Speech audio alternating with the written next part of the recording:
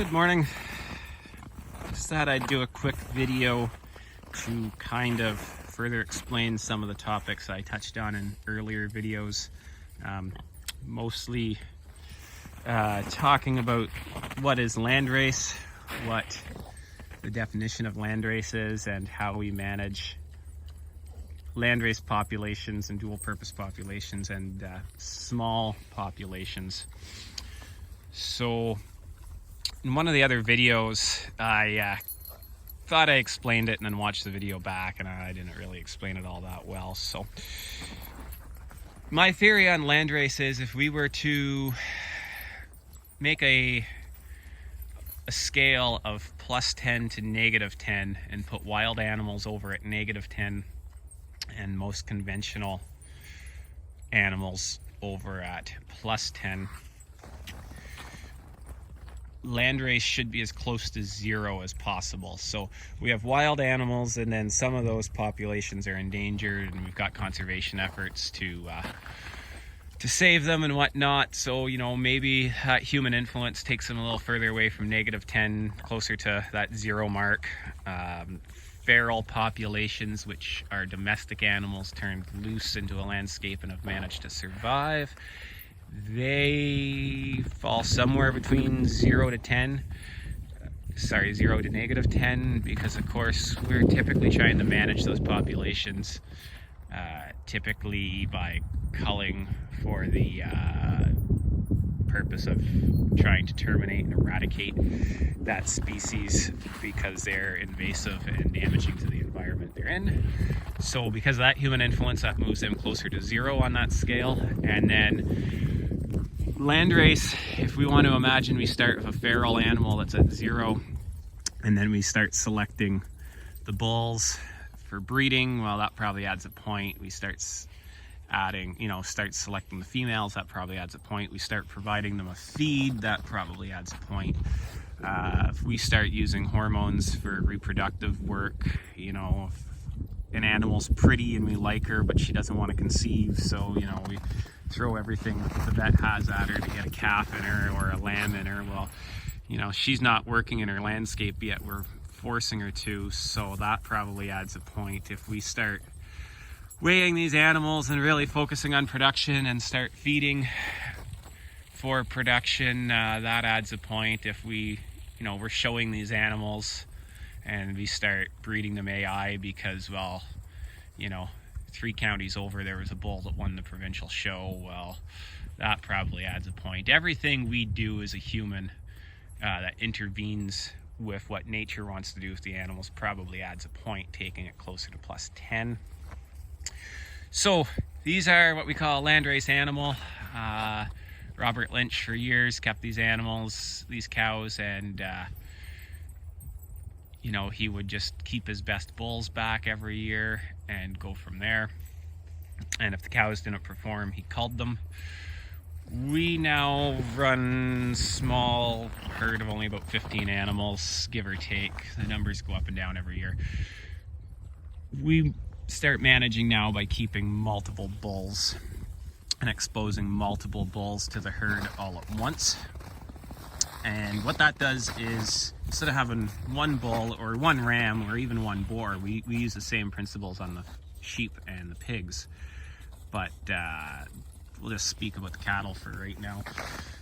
By running multiple bulls, we get less genetic bottlenecks in our pedigrees because we've got more sires out there. So all of our calves every year aren't half siblings because they were sired by one bull, they're sired by multiple bulls. By exposing multiple bulls, most of those bulls will probably breed every female out there. Or I should say, most of these females will be covered by multiple bulls, but they'll only conceive a calf to one bull. So what happens is the more fertile bull will end up conceiving and siring more calves, and that bull is probably functioning better in his environment and is therefore more fertile and more compatible with the cows.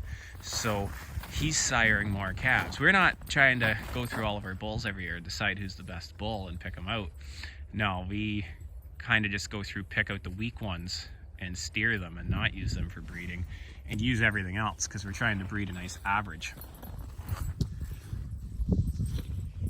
So it's the more fertile animals that go forward. So that's how we kind of manage on the bull side of things. And then on the cow side of things, if they just don't conceive, then we butcher them as well. And going forward now, as we get the numbers we want, then we will start to just expose those bulls for a short period of time, or the rams or the boars for a short period of time, because we want a very tight birthing season. So if those cows don't conceive in that short period of time, then they're obviously not functioning properly in their environment. And the minimum feed that we provide them, so then they're not functioning, and then we'll call those cows. So that's kind of how we manage them. And then the other thing is, when we start exposing multiple males, and we, the more hormonally balanced animals are the ones breeding, then we go back to what animals should be, which is they exhibit sexual dimorphism, which means a male looks like a male, a female looks like a female. Those bulls get bigger and bulkier, and the cows should be not necessarily smaller and smaller, but they should maintain their stature. And the bulls should be rather bulky. And if we're selecting the cows then for milk production and letting the bulls kind of sort themselves out and being bigger and bulkier, that kind of helps us maintain that dual purpose use for the cows. And in the other video, I talk a little bit about how we can kind of select those bulls based on a South African theory developed by a man named Johan Zeitman, saying that you want to pick the biggest bull in relation to his frame size, because that means he is more likely to be a highly fertile bull. So we kind of measure them all, and then look for the bulls that are, we look for a nice average group of cattle. We don't want anything that are duds, but we, anything that sticks out as superior doesn't really work either, because those animals typically need more feed. So what do? Feed the whole herd superior feed because you've got one really good animal, or do you feed the herd its average and then the superior animal suffers because its metabolism requires more? So we don't want anything necessarily superior, we want an average. As I like to say, we're not breeding racehorses, so we don't need winners, we just need not losers.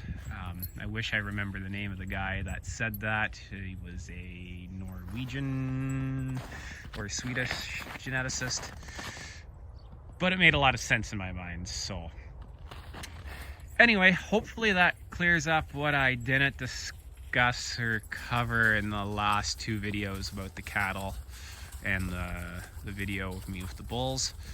And yeah, that's how we manage the cattle, and we do pretty much the same with the sheep and the pigs. I can discuss those in other videos. And yeah, that's it for this ramblings. Take care, folks.